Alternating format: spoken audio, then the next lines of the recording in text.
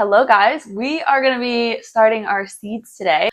First, I just picked up a seed starter soil from Tractor Supply. So I got these seeds from a site called Berlin Seeds. It's a pretty incredible website. They have like everything you could possibly need on their site. So make sure to check them out. You can also get seeds from Walmart, Tractor Supply, any really greenhouse. They're super easy to get. So I like to get non-GMO and non-treated seeds. So all of these are untreated. These are the seeds that I'm going to be starting today, but I also ordered more seeds that will direct sow into the garden come springtime, since there is still snow on the ground outside. So I'm going to just really bring you guys through my process. All right.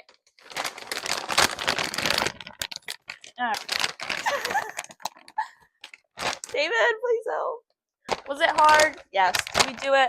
Yes. We're going to be putting our soil into a bowl. Oops.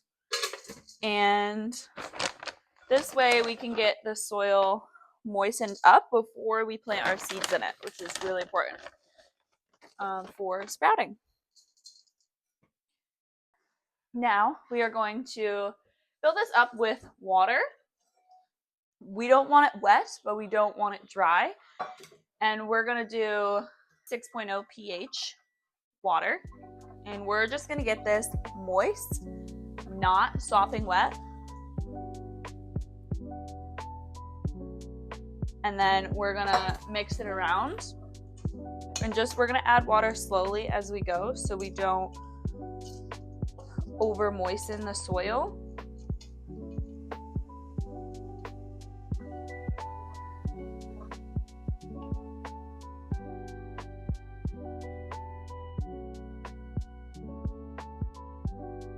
If you do get it over wet, you can just obviously add more soil to kind of soak that water up.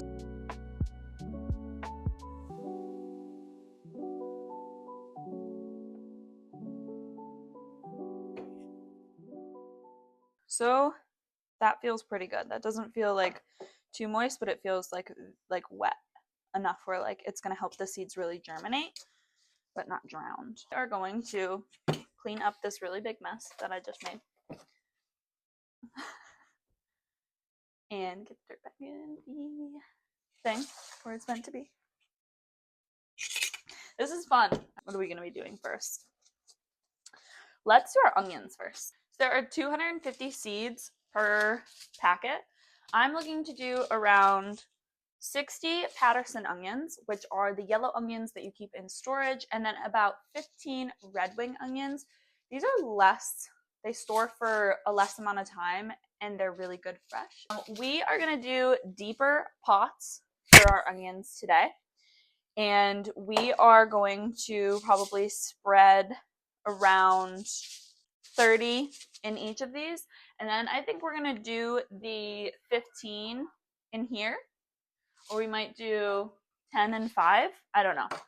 We're just going to wing it and see what happens. I know some people do individual pods. That's totally cool. I have done research and kind of learned, and obviously I'm experimenting, but that if you do them in a deeper pot, they tend to grow better. So we're going to see how it goes. So you get 1 onion per seed. So we're going to do a few extra just to make sure that they all come up. Also going to get tape to label everything because we want to make sure everything is very well labeled. If not, it gets very confusing. I want to make sure I know the difference between my Patterson and my Red Wings, and after growing so many plants, sometimes it may be hard to tell the difference. So we're just going to grab some tape and write it on here because that is the easiest way to do it. They do come with little signs as well, so I might put that in there as well, but we're just going to do it the safe way, which is put a piece of painter's tape on there and write it on there. So we do want the soil pretty much at the top here, and we are going to label these bad babies.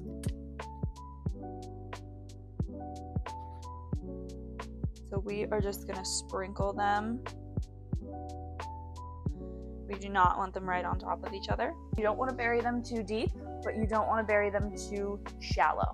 And now we are going to take a little handful of soil. This is important because you really do not want to bury them too deep, but they do need enough depth that they can germinate.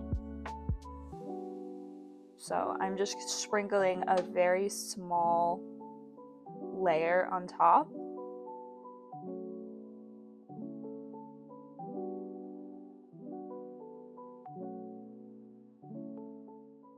But too shallow and they may not be able to catch their roots.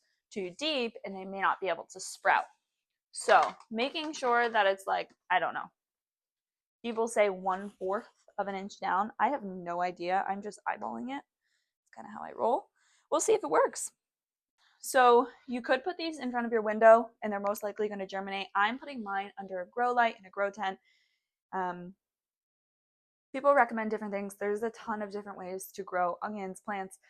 Just do whatever works for you. Do your research, do your due diligence based off of what zone you're in, when you need to start them. I probably should have already started them. We're going a little late, but it's fine. It'll be perfect. So some people say to mist the top of them. I probably will. I know the soil is a little bit more wet than I wanted it to be underneath, so you might just leave it like this. And we should have onions popping up soon. Now we're going to move on to our next one, which is the same. It's Patterson onions.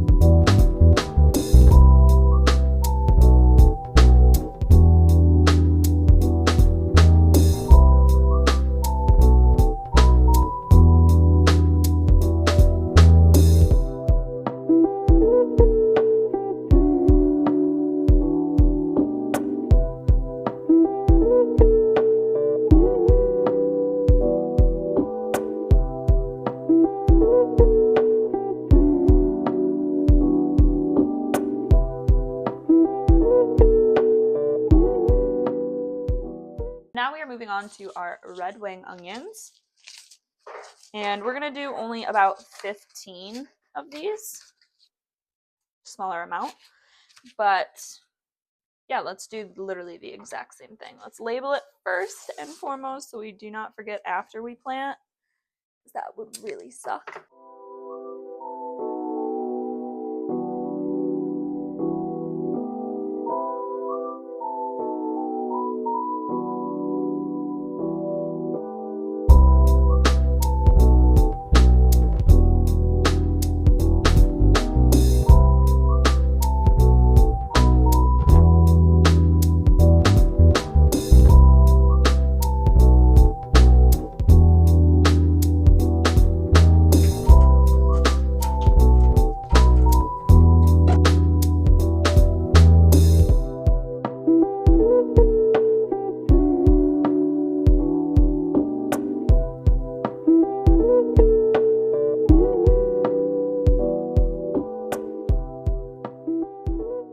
We are now going to be moving on to our tomatoes.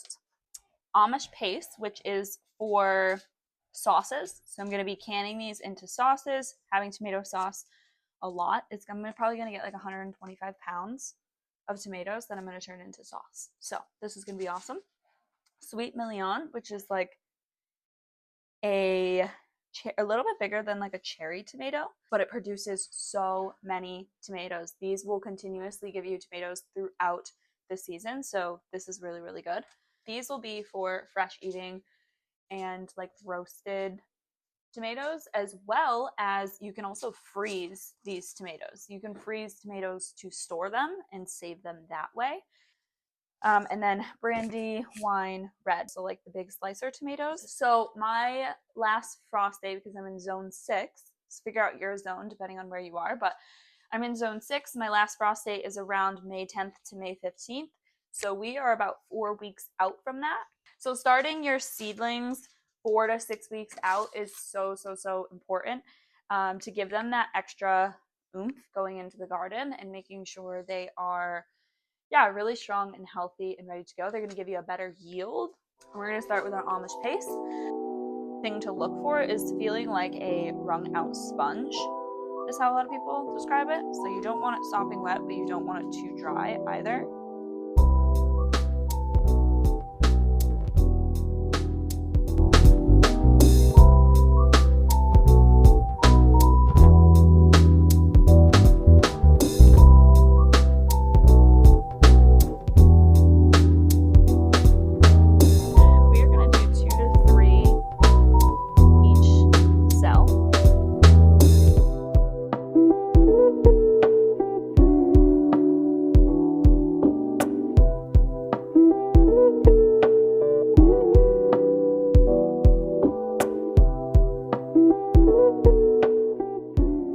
Now we are moving on to our peppers.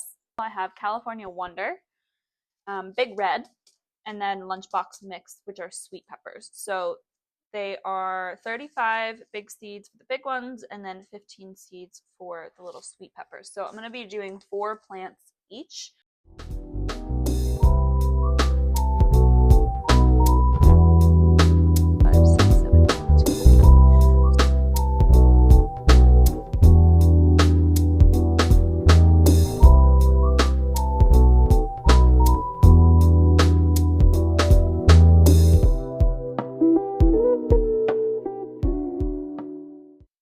I'm literally just doing this in our office space. So let's go put them in there. What do you think? What do you think of the garden? Oh, good boy. So we wanted it about 2 to 3 inches.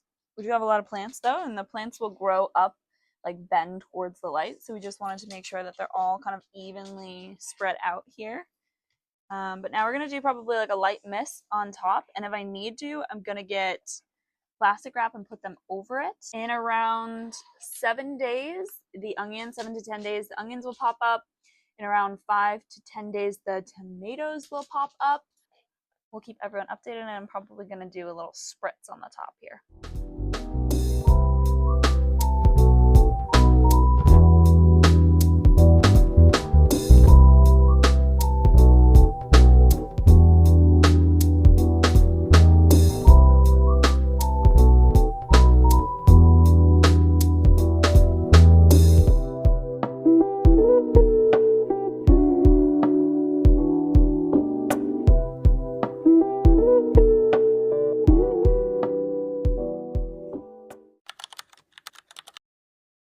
Okay guys, it is around 3 to 4 days later. Heating blanket on under here, and I'm gonna turn that up to high. And I ended up putting plastic wrap. I use a compostable sling wrap over the top to create a greenhouse effect. So I watered them really good yesterday. And then as you can see, the soil is all still wet and it's super warm. And you can see little germinations. Oh my god, that's my first time seeing that. Here, these are the Patterson onions. So I'm expecting to get a lot of germinations. I'm going to keep this on for today, and then I'll probably take this off tomorrow depending on how much they sprout and germinate. It's been 4 days. Usually the onions sprout within 5 to 7. So this is, really good. Let's check on the other ones. Now I'm curious. Nothing yet. Tomatoes usually take a little bit longer.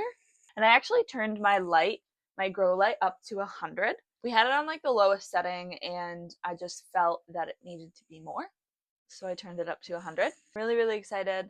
I will keep you guys updated and show you guys when they are really coming up. So when the sprouts do come up a little bit more, I'm going to be taking the plastic wrap off. All of them are sprouting, and we move on to the next step, which is just caring for them for the next few weeks. Do a little update on my plants, my seedlings, how they're doing. I'm actually really excited to show you because they're doing amazing. Check this out. So these are my onions, which are doing absolutely amazing. These are the Patterson storage ones. These are the Red Wings. The Amish paste tomatoes. So those are my sauce and canning tomatoes. These are the cherry tomatoes, the brandy wines, which, guys, I wanted 6. I got 18. And we have more onions back here. And then my peppers just started coming up. As you can see, these ones sprouted a little bit. The sweet ones are taking a little bit longer, but one just sprouted right there. You can literally see it. So I'm going to be pulling this up today. Oh, I'm actually going to do that now. So they can have room to pop up. It's doing so good, and I'm going to give them a little mist as well. Okay guys, I want to share with you a few different things that I've learned throughout this process. First and foremost, how simple it actually is. There's so much information out there sometimes that it can feel a little overwhelming. But just focusing on the important things, like making sure you have good or decent soil, making sure that you are planting it, to the right depth, not too shallow, but not too deep. And, you're planting a few extra just in case 1 or 2 doesn't sprout. What I've learned is they all sprouted. Every single one of my extras sprouted. So now I have too many, but that's never a bad thing. And give them away to family or figure out what we're going to do with those. So that's first and foremost.